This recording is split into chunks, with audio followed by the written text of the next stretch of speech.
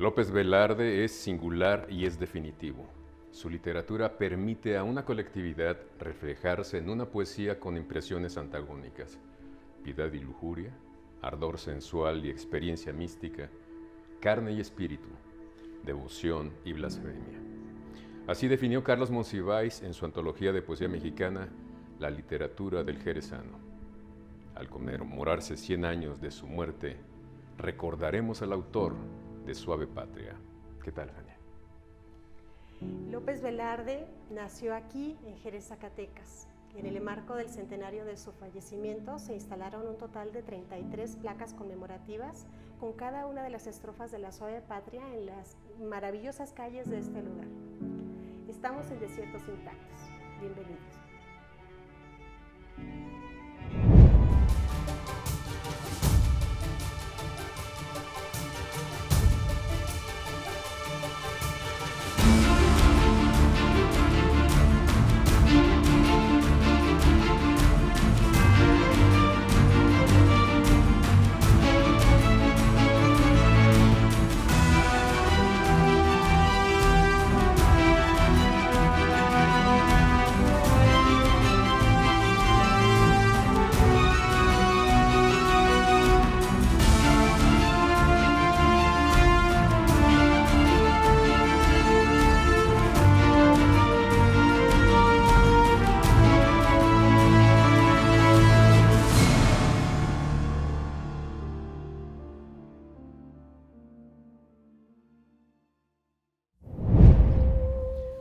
Parece que cada generación está destinada a perder su país.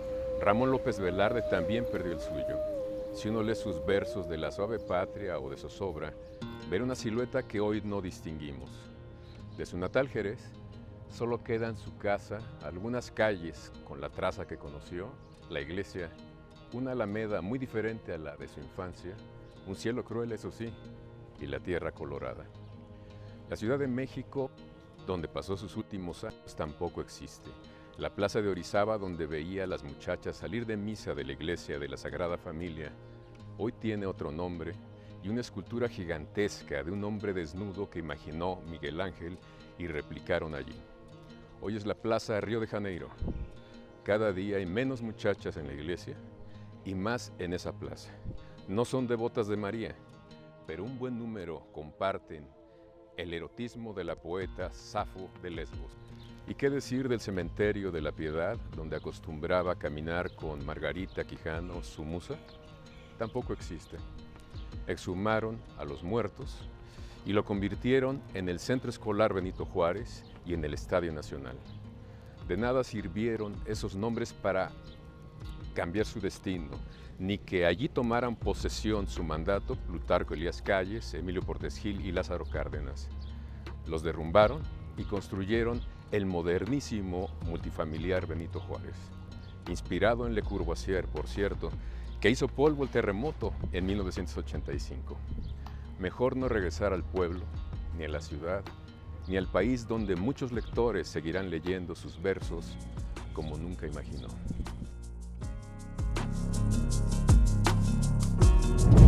Pues los 100 años de la muerte de Ramón López Velarde están generando muchas actividades y para documentarnos, pues nos acercamos con quien sabe, con el presidente del Patronato Procentenario Ramón López Velarde, que es Marco Antonio Flores Zavala. Gracias, Marco. Gracias, Javier, a ti. Bienvenido. ¿Qué están haciendo? Porque yo veo un rumor de muchas cosas que se están armando y algunas de ellas muy interesantes. Jerez está preparado, los jerezanos están preparados desde hace años para llegar al centenario luctuoso. Empezaron en el 20, ¿no? Empezaron desde antes. Desde antes. Pero incluso en el 20 le llamaron hacia el centenario. Y ahora se agregaron los centenarios por el poema emblema, que es La Suave Patria, y luego el centenario luctuoso.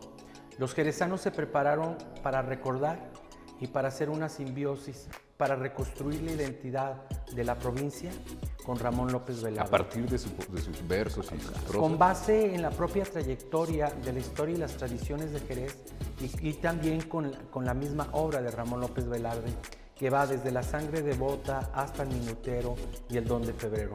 Por supuesto que la cúspide en Jerez continúa siendo la suave patria.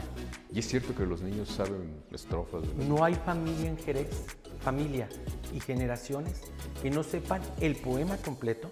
Wow. Es un reto porque el poema es difícil para declamarlo. Pues para los niños también. Para los niños, pero lo aprenden. Poesías corales o representaciones artísticas en danza o en teatro. Y hay familias que se saben algunos poemas por la calle, por el edificio, por el recuerdo del kiosco, del jardín brillante, del teatro, el callejón del espejo. Ramón López Velarde es Jerez, aunque no haya vivido lo suficiente en su corta 14 vida. años, pero fue muy importante. 12 años. 12 años, la edad plástica de cualquiera. Claro, él vino a los 18 al entierro y a depositar a la familia. A los 18, en el 88. Me puedo equivocar, pero él vino en 1908 a depositar a la familia. Una vez que murió el padre en Aguascalientes, vine a Jerez, la deposita. Iba viniendo. Viene en el 12 como a una campaña política, él como candidato del antirreeleccionismo, porque desde Ciudad de México siempre dicen que es un candidato del catolicismo. No, que es del antirreeleccionismo de Zacatecas. Pero la parte fundamental para los jerezanos continúa siendo el hombre, la persona y, ¿por qué ya no?, el personaje que hace vibrar, emocionar desde Jerez para el mundo, Ramón López Velarde. La gente de Jerez, seguramente sus abuelos tuvieron alguna anécdota que les contaron de López Velarde o de los lugares que frecuentaba, y eso permite que también algunas personas alimenten de aquí mismo esas páginas digitales, ¿no? Con cosas interesantes. Aquí en Jerez, en una conocida cafetería, nevería, organizaron una exposición fotográfica que nos muestra cómo es el Jerez. Y entonces, cada quien va diciendo la genealogía y las implicaciones con la familia Berumen. Y luego, cuáles son las relaciones con el notario o escribano público López Velarde. ¿Qué escribió el padre de Ramón López Velarde? Pues era el escribano. Entonces, era un personaje muy importante para la comunidad, claro. Claro, convivía con las autoridades municipales. Él era el intermediario en las actividades económicas, claro, por escrito. No, pero se enteraba de todo, estaba en todo. Estaba en todo. No quiero utilizar la palabra no quiero decir chismoso, pero bueno, era el chisme de quien tiene que escribir, la autoridad civil que tiene que escribir. De ahí viene un Ramón López Velarde quizás discreto, respetuoso de la comunidad. Pero regresemos. En Jerez han creado varios objetos artísticos para recordar a Ramón López Velarde. Hay un busto pequeño, dorado o en otros materiales, hay medallas, hay un calendario. El cronista de la ciudad tiene su propia trayectoria recordándonos que es Ramón López Velarde, sin olvidar la trayectoria. ¿Pero no compite con la propuesta de ustedes? Por supuesto que no, porque Jerez es como las dos vías de un tren. No, en Jerez se organizaron, está organizado para continuar con la trayectoria. Es decir, no son actividades sueltas, es todo lo contrario. Son complementarios. El objetivo es uno, mostrar que Jerez es Ramón López Velarde, y Ramón López Velarde nos muestra a Jerez en su obra literaria. ¿Algo más que nos quieras comentar, Marco? Pues a leer a López Velarde, y si nos es muy difícil leer a quienes han escrito sobre él, sea en biografía o sea en el ensayo. Es la trayectoria importante, Ramón López Velarde. Pues lo dices muy bien, porque la única eternidad posible y garantizada para quien escribe son sus lectores. Uy, eso es muy fuerte. Entonces solo recordaría, en López Velarde está La suave patria, pero está también la prosa, la obra maestra para la eternidad. El hijo que nunca tuvo. La obra Muchísimas maestra. gracias, Marco. Gracias, Javier. Un Seguimos gusto. aquí.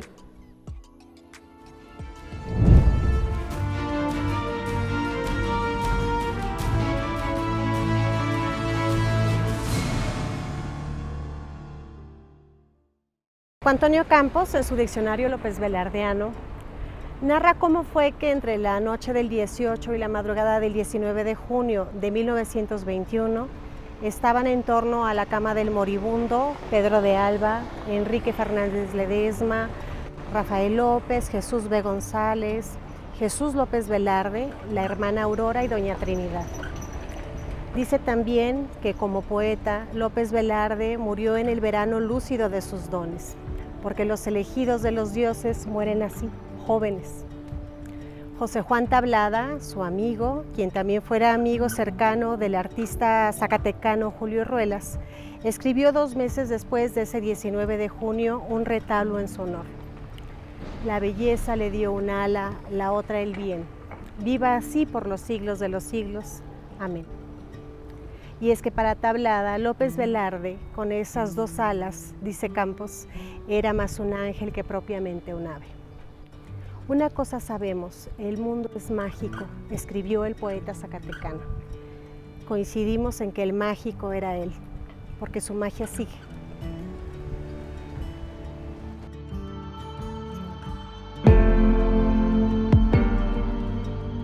Para Octavio Paz es difícil hablar de La suave patria. En primer lugar, por el título. Más que una falta de gusto o un error de juicio, dice el poeta, parece un engaño piadoso, una ilusión. Porque ni nuestra geografía, ni nuestra historia, ni nuestro temperamento son blandos, delicados o pacíficos, que eso es lo que quiere decir suave. Pero la seducción que ejerce sobre nosotros este poema no debe cerrarnos los ojos ante ciertos lunares y flaquezas. Mientras el Nobel cuestiona el por qué decir suave a una patria que no lo es, creo que quizá López Velarde, en 1921, reflejó la añoranza de un México perdido, tras el asesinato a Madero, y la esperanza, tal vez, del México que no ha llegado. De ahí esta sonoridad en sus estrofas que suman un siglo. Trueno de temporal, oigo en tus quejas crujir los esqueletos en parejas. Oigo lo que se fue, lo que aún toco, y la hora actual con su vientre de coco, y oigo en el brinco de tu ida y venida, o trueno, la ruleta de mi vida.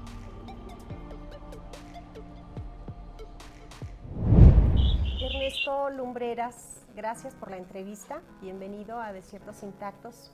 Vamos a hablar de López Velarde y de esta visión sesgada que de alguna manera se ha tenido de su obra. Tú has afirmado anteriormente que la obra de López Velarde tendría que situarse del lado de los vencidos de la revolución. Hablemos de esto, por favor. La suave patria es el poema, la oda, pero también, en cierto sentido, la elegía de un México paulatinamente va desaparecer, ¿no? El mundo piollos, el mundo de la pintura de Saturnino Herrán, el mundo de los pueblos de cierta región del país, el centro, el Bajío, que son territorios afectivos de Ramón López Velarde, ¿no? Esa tierra adentro que no solamente La suave patria, sino en otros poemas está presente. La Revolución Mexicana, muy particularmente, será la encargada de desaparecer paulatinamente, por un lado, y por otro, el arribo, ¿no?, de un modo de vivir que tomará la bandera del progreso y muy particularmente reproducirá pues esa manera de vivir del mundo anglosajón, de tal suerte que las 33 estrofas de La suave patria pareciera, ¿no?, a distancia de 100 años que tiene el poema, pues si no un país fantasmal, viñetas que solamente están presentes en los calendarios, que también ya es una costumbre que las carnicerías, la tienda de abarrotes ya no regalan calendarios, ¿no? Sin embargo, permanece, ¿no? Uno puede todavía recorrer los pueblos, algunos ya con la etiqueta de pueblos mágicos, y encontrar, ¿no?, con esa disponibilidad de un lector de poesía, ese México de La suave patria, que es, como me lo recordabas, una visión de los vencidos. López Velarde pertenece, ¿no?, a esa facción que la Revolución Mexicana fue derribando, desvaneciendo, en aras del progreso, en aras de la modernidad. Claro, entonces leerla el 15 de septiembre, como suele hacerse, pues no resulta tan apropiado desde esa perspectiva, ¿cierto? Es ciertamente paradójico, ¿no? El adolescente Juan José Arreola en Zapotlán, el Grande, en el sur de Jalisco, solía recitarla, ¿no? Pero es de algún modo esa serie de equívocos, de lecturas superficiales respecto de lo que dice el poema, de las intencionalidades, a veces desde la superficie que se pueden registrar del poema, pero también de ciertas claves que da el propio Ramón López Velarde para leer, para empezar, en sordina, a sottovoce el poema. No esta épica grandilocuente de tambores y trompetas, sino de la conversación, ¿no?, de un círculo de próximos, de afectos entrañables, ¿no? Entonces, yo creo que el espacio de la Suave Patria no es la plaza pública, es la tertulia, la reunión familiar, es una suerte de música de cámara, ¿no?, para escuchar en un espacio íntimo, donde somos convocados a partir de cierta iniciación, ¿no?, de ciertos postulados afines, no para gritarse y convocar, ¿no?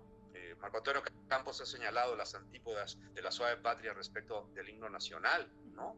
Creo que son en su proyección escénica, uno es el espacio público, la plaza, y el de Ramón López Velarde es eso, el interior, ¿no?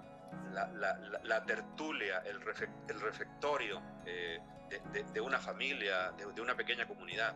Soy optimista y creo que en las próximas décadas Ramón López Velarde, en las nuevas generaciones, no solamente de poetas mexicanos, de críticos, de académicos, de estudiosos, llamará poderosamente la atención y habrá de ocuparnos en la escena internacional, pues un lugar que por causas extraliterarias no lo tiene todavía. De acuerdo. Muchísimas gracias, Ernesto Lumbreras, por tu contribución. Siempre es un gusto escucharte. Muchísimas gracias. Hasta pronto, Jania. Saludos.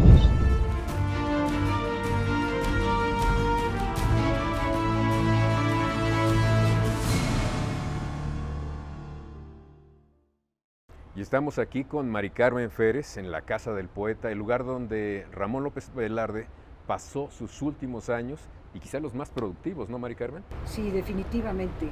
Javier, antes que nada, muchas gracias por ayudarnos a conmemorar este centenario luctuoso de Ramón López Velarde.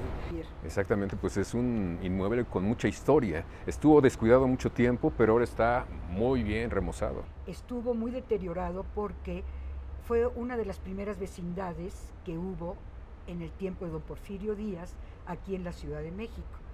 Y a uno de los cuartos de la vecindad llegó a vivir precisamente Ramón López Velarde. Con el tiempo, la vecindad se fue deteriorando y estuvo abandonada por sus dueños.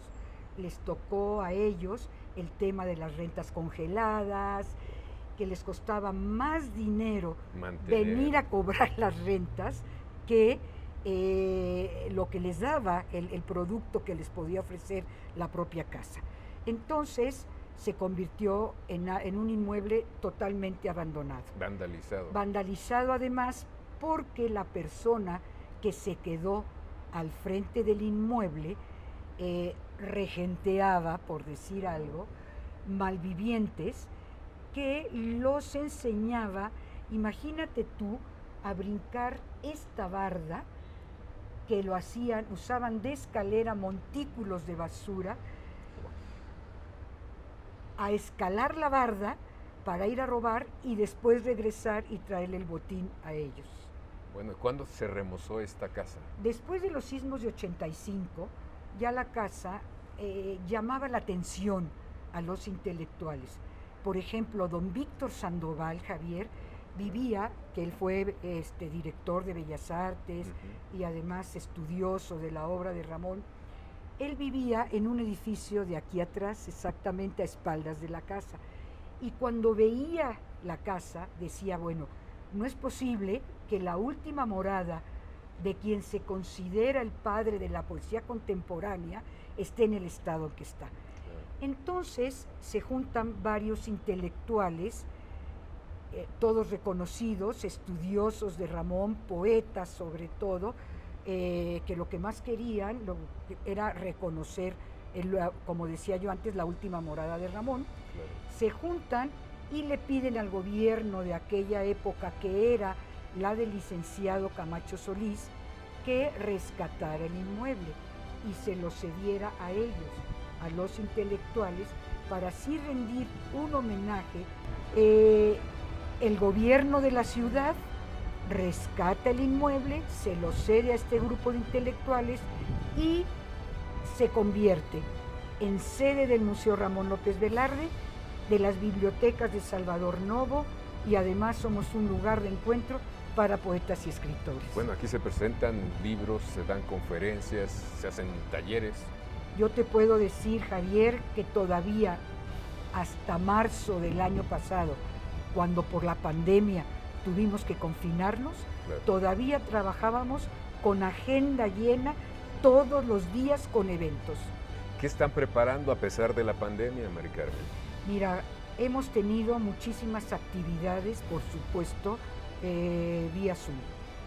Y aquí yo quisiera aprovechar este momento para agradecerle al claustro de Sor Juana, a su rectora, doña Carmen López Portillo, a su personal, a su equipo, a Rocío Cerón, a Luis, que han volcado sus esfuerzos en hacer que la Casa del Poeta esté presente virtualmente en la conmemoración de los 100 años del fallecimiento de Ramón López Velarde. Son tiempos difíciles en términos de presupuesto y de pandemia, del encierro. Efectivamente, se conjuntaron las dos situaciones, Javier, y eso hacen una situación, además de incertidumbre, porque no sabemos en qué vaya a terminar todo esto, además de eso, como tú bien lo dices, muy difíciles. Bueno, pero está el claustro de Sor Juana, que finalmente está apoyando materialmente para que tengan más actividades aquí en la Casa del Poeta. ¿Pero hay otros esfuerzos o no? Sí, cómo no, hay otros mucha esfuerzos. Gente que lea a López Velarde. Mucha gente que lea a López Velarde, fíjate. Acabo de recibir a unas personas de la comunidad libanesa que quieren celebrar también la conmemoración de Ramón en el centro libanés. Es algo muy bello porque ellos lo hacen, saben, conocen el amor de Ramón a México, y ellos, como agradecimiento por la forma que México los ha recibido siempre con los brazos abiertos, también quieren unirse a esa conmemoración. Entonces es algo, la figura de Ramón convoca muchísimo. Muchísimo, es algo muy presente en nuestra vida, a pesar de cumplir 100 años de fallecido, fíjate tú. Sigue tan vivo, sigue tan convocando vivo, gente, convocando gente, instituciones, pero además convoca también su obra al estudio. Sabemos perfectamente bien cómo es de enigmática la obra de Ramón. Siempre hay nuevos recursos que se le encuentran a su obra. Esto dicho por los mismos poetas. ¿Qué más preparan, Mari Carmen? Bueno, incluso recursos o posibilidades para reincentivar, para reanimar más este centenario de López Velarde. Bueno, para reanimar el centenario, la verdad es que ya tenemos de alguna manera armado nuestro programa. Okay. Al gobierno de Zacatecas nos quiere apoyar en una ceremonia muy íntima, pero muy íntima dadas las circunstancias, que vamos a hacer el 19 de junio. Eso con un seminario de poesía que vamos a llevar a cabo conjuntamente con el claustro de Sor Juana. Van a participar 30 poetas en 2 días, que es el viernes 18 y el sábado 19.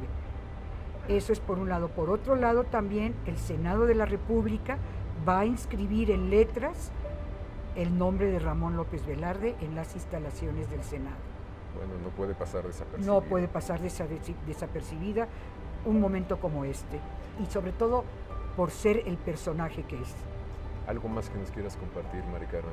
Yo nada más pedirle a tu público, a tu auditorio, que se acerquen a eso, a la poesía, a la cultura, que fortifiquen su espíritu a través de estos espacios que hacen tanta falta en esta ciudad tan convulsionada. Es la única forma, la cultura, para contrarrestar la barbarie y para generar riqueza de manera legítima, ¿no? Precisamente la contra de la cultura es la barbarie. Así es. Muchas gracias, Mari Carmen. Gracias a ti, Javier. Seguimos. Gracias a todos. La Casa del Poeta fue concebida para rendir un homenaje a la memoria de Ramón López Velarde, con la instalación de un pequeño museo de sitio en lo que pudo haber sido su recámara y su estudio. Los museógrafos rescataron un ambiente que, aunque pobre, correspondió a una familia que había conocido tiempos mejores en su originario Jerez, Zacatecas. El museo se encuentra en Avenida Álvaro Obregón 73, Colonia Roma, en la Ciudad de México. La planta alta de la casa, construida en la época del Porfiriato, es sede de la Fundación Casa del Poeta. Sus actividades son presentaciones literarias, lecturas de poesías, cursos y/o talleres, conferencias, eventos especiales y exposiciones, además de los servicios de museo, biblioteca y visitas escolares. Es muy interesante apreciar el gusto que tienen los niños jerezanos por su poeta. La Suave Patria es el sello de su paso por la escuela y un orgullo adicional en este centenario de muerte de Ramón López Velarde. ¿No es así, Jania? Sí, Ramón López Velarde es un referente de la literatura mexicana en el mundo y a 100 años de su fallecimiento, su obra está más vigente que nunca. Esto es Desiertos Intactos. Nos vemos pronto.